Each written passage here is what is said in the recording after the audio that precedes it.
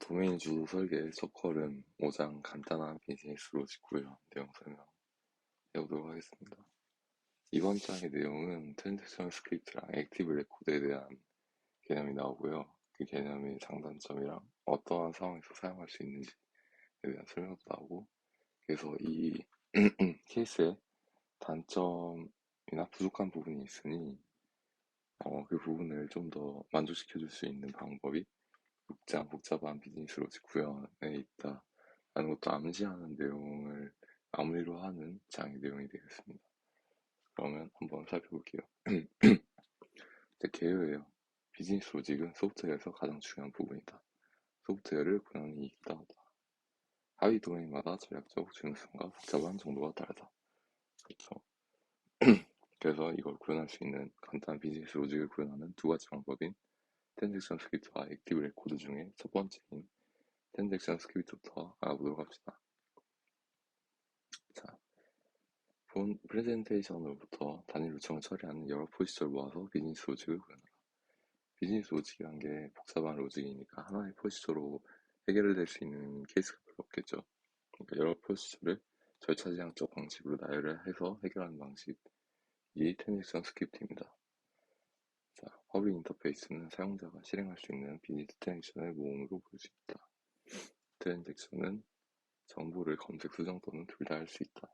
CRUD를 말하는 것 같고요. 그 다음 트랜잭션 스크립트 패턴은 포지션을 기반으로 시스템의 비즈니스 로직을 구성하며, 포지션은 퍼블릭 인터페이스를 통해 시스템 사용자가 실행하는 작업을 구현한다. 그쵸? 자, 그러면 어떻게 구현하는지 봅시다. 쉬운 절차지향 스크립트로 구현을 하고요. 유일한 요구사항은 트랜잭션 분석입니다. 각 작업은 성공하거나 실패할 수 있지만 유효하지 않은 상태로 만들면 안 됩니다. 이 일관성과 관련된 부분이죠. 오류가 발생할 때까지는 변경사항을 롤백하거나 보상 조치를 실행해야 됩니다. 자, 그러면 트랜잭션 동작이 구현 실패했을 때 어떤 현상이 일어나고 어떻게 해결할 수 있는지 한번 알아보도록 합시다. 자, 시스템이 일관되지 않은 상태가 될 수 있는 문제점이 있어요. 그러니까 이 업데이트를 실행하고 로그 레코드를 실행을 하려고 하는데 그 도중에 문제가 발생하는 경우죠. 그 문제는 네트워크 중단, 데이터베이스 시간 초과 또는 교착 상태, 프로세스를 실행하는 서버의 충돌 같은 경우로 발생할 수 있겠습니다.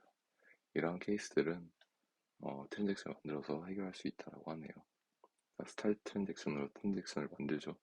그리고 커밋을 함으로써 두 개의 프로시저를 한 번에 보냅니다. 만약 이게 에러가 발생했을 경우 캐치문을 통해 롤백을 하게 되죠. 자, 이렇게 하면 단일 트랜잭션 동작에서 실패를 예방할 수 있겠죠. 자, 그런데 분산 트랜잭션으로 가면은 또 여러 개의 저장 장치를 작업하는 경우에서 상황이 더 복잡해진다고 하네요.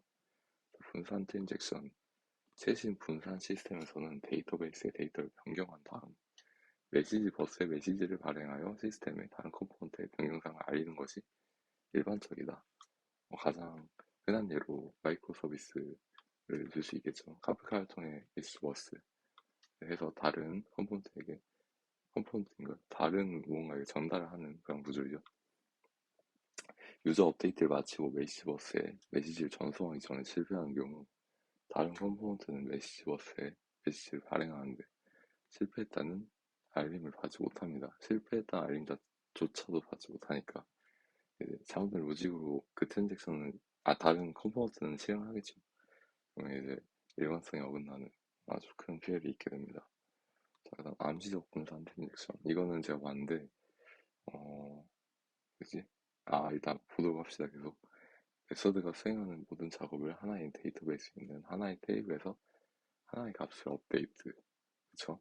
하나의 값을 업데이트하는 방식인데 이것도 여전히 잠재적으로 일관성이 없는 상태로 이어질 수 있는 분산 트랜잭션이라고 하네요. 처음 봤을 때 이게 이해하기가 좀 어렵잖아요. 왜냐하면 이게 한 줄로 돼 있어서 이것만 실행시키게 되면 모든 트랜잭션이 완성되는 줄 알았는데 또 어떤 문제점이 있을까라는 궁금증이 생기는데 그것도 알아보도록 합시다. 이 execute 메서드가 보이드 타입이라 데이터를 반환하지 않지만 작업이 성공 또는 실패했는지 여부는 여전히 호출자에게 전달이 된다라고 하네요. 보이드 타입이어도 이게 어떻게 호출자에게 전달되냐라는 의문이 들면 이 의문이 저도 있었는데 그 의문이 뭐냐면 실패한 경우에 예외를 전달받기 때문에 보이드여도 이제 전달받는다는 소리죠. 왜냐하면 실패할 때는 예외를 던지기 때문에. 그래서 메서드는 성공했지만 호출자의 결과를 전달하는데 실패하면 어떻게 될까요? 그 예시는 성공적인 실행을 추적하기 전에 프로세스에 실패하는 경우나 네트워크 중에 발생한 경우엔 이런 결과를 전달받는 데 실패를 받게 돼서 암시적 분산 트랜잭션에서도 그러한 일관성을 갖기 어려울 수 있다라는 내용인 것 같습니다. 자, 그럼 해결책. 이 암시적 분산 트랜잭션의 문제점에서 해결책은 작업을 역등성으로 만드는 것이라고 해요. 역등성이란 같은 요청을 여러 번 반복하더라도 그 결과는 매번 동일하게 만드는 것이라고 하네요. 매번 업데이트문을 실행시켜야 되는데 어떻게 역등성을 유지할 수 있을까? 역등성을 만들 수 있을까?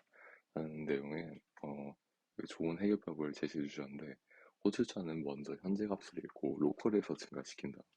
업데이트된 값을 매일 변수로 제공해야 됩니다. 작업을 여러 번 실행시키더라도 최종 결과는 반영되지 않겠죠.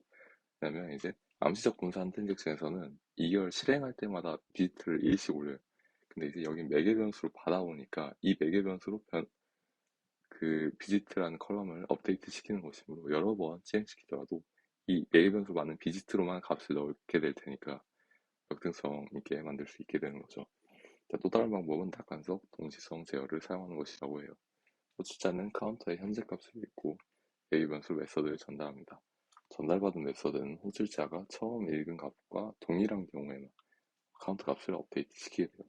여기에 where문에 이거 유저 아이디뿐만 아니라 비짓까지 추가를 시키는 거죠. 그래서 비짓의 값이 뭐뭐일 때만 업데이트를 실행시키겠다라는 내용을 추가함으로써 낙관적 동시성 제어를 사용하게 되는 것입니다.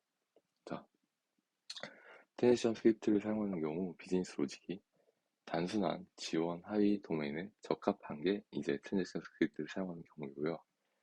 장점은 최소한의 추상화를 도입하여 런타임 성능을 최적화하고 비즈니스 로직을 이해하기 위한 시간을 최소화시킨다고 합니다. 단점은 비즈니스 로직이 복잡할수록 트랜잭션 간의 비즈니스 로직이 중복되기 쉽고 결과적으로 중복된 코드가 동기화되지 않을 때 일관성 없는 동작이 발생하게 된다라고 하네요. 결론은 트랜잭션 스크립트로 복잡한 비즈니스 로직을 구현하면 머지않아서 유지 보수가 불가능한 기술 부재가 된다라고 합니다. 그런데 이제 소프트웨어 개발에선 매우 흔하게 사용된다라는 게 의문인데 이게 다음 장에서 설명이 나온다고 해요. 자, 액티브 레코드. 액티브 레코드는 제가 봤을 때 이거 JPA인가 라는 생각이 들 정도로 유사해 보였는데 어떤 식으로 구성이 되어 있는지 한번 알아보도록 합시다. 데이터베이스 테이블 또는 뷰의 행을 감싸고 데이터베이스 접근을 기술하고 해당 데이터에 도메인 로직을 추가하는 오브젝트라는 말을 이 인용으로 써져 있었는데 처음에 무슨 소리인지 점점 라는 생각이 진짜 들었는데 이 설명을 보게 되면 이해가 되더라고요. 자, 액티브 레코드를 구현하는 방법에 대해 알아보도록 합시다. 액티브 레코드라고 하는 전용 객체를 사용하여 복잡한 잘 구조를 표현합니다. 잘 구조 외에도 레코드 생성, 읽기, 업데이트, 삭제, CRUD죠. 위한 데이터 접근 방법도 구현하게 돼요. 그래서 이 액티브 레코드 객체가 ORM 또는 다른 데이터 접근 프레임워크와도 관련이 있습니다. 이게 JPA 같죠? 제가 봐도. 그래서 액티브 레코드는 데이터 접근 로직을 구현하게 됩니다.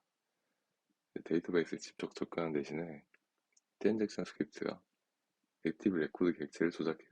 그러니까 이제 여기서 이해가 되는 거죠. 데이터베이스 접근을 캡처하고 해당 데이터 도메인 로직을 추가하는 오브젝트가 결국 제가 스프링에서 그랬던 JPA라고 이해를 하면 되는구나 하는 부분에서 여기서 이해를 했고요. 이제 그 트랜잭션 스크립트가 액티브 레코드 객체를 조작한다라는 내용은 결국 액티브 레코드 객체가 트랜잭션 스크립트 안에 포함이 된다라고 볼 수 있게 됩니다. 작업이 완료되면 트랜잭션의 원자성으로 인해 작업이 성공하거나 실패한다. 원자성도 중요한 부분이죠. execute라는 이 예시를 보면 스타트 트랜잭션 한 다음에 유저 객체 안에서 이제 이메일과 네임의 값을 업데이트를 시켜줘요. 그 다음 세이브를 하면서 이제 DB에서 업데이트를 시켜주게 되는 거죠. 성공하면 커밋이고 실패하면 롤백입니다. 이 패턴의 목적은 메모리상의 객체를 데이터베이스 스키마에 매핑하는 복잡성을, 복잡성을 숨기는 것입니다. 아까 트랜잭션 스크립트에서는 이렇게 복잡한 SQL문을 이용해가지고 프로시저를 만들었었죠. 그런데 이제 여기 액티브 레코드 패턴에서는 개발자가 이해하기 쉬운 이렇게 그 언어적인 측면에서 이 데이터베이스의 내용을 수정하게 됨으로써 훨씬 더 복잡성을 숨길 수 있게 되는 거죠. 영수성을 담당하는 것 외에도 액티브 레코드 객체에는 비즈니스 로직이 포함될 수 있고요. 그러니까 액티브 레코드 객체의 고유한 기능은 자료 구조와 동작의 분리라고 하네요. 자, 액티브 레코드를 사용하는 경우는 본질적으로 데이터베이스에 접근을 최적화하려는 트랜잭션 스크립트다. 본질적으로는 트랜잭션 스크립트이기 때문에 CRUD 작업과 같은 간단한 비즈니스 로직만 지원할 수 있고요. 복잡한 자료 구조를 데이터베이스 스키마에 매핑하는 복잡성 해결 빼고는 트랜잭션 스크립트와 역할이 동일하다고 볼 수 있고, 이 패턴을 빈약한 도메인 모델 안티 패턴이라고도 하게 되는데요. 다른 부가 마찬가지로 문제를 해결할 수도 있지만 잘못된 컨텍스트에 적용하면 잠재적으로 특보다 시도 많을 수도 있는 단점을 내포하고 있는 패턴이었습니다. 이상 마치겠습니다.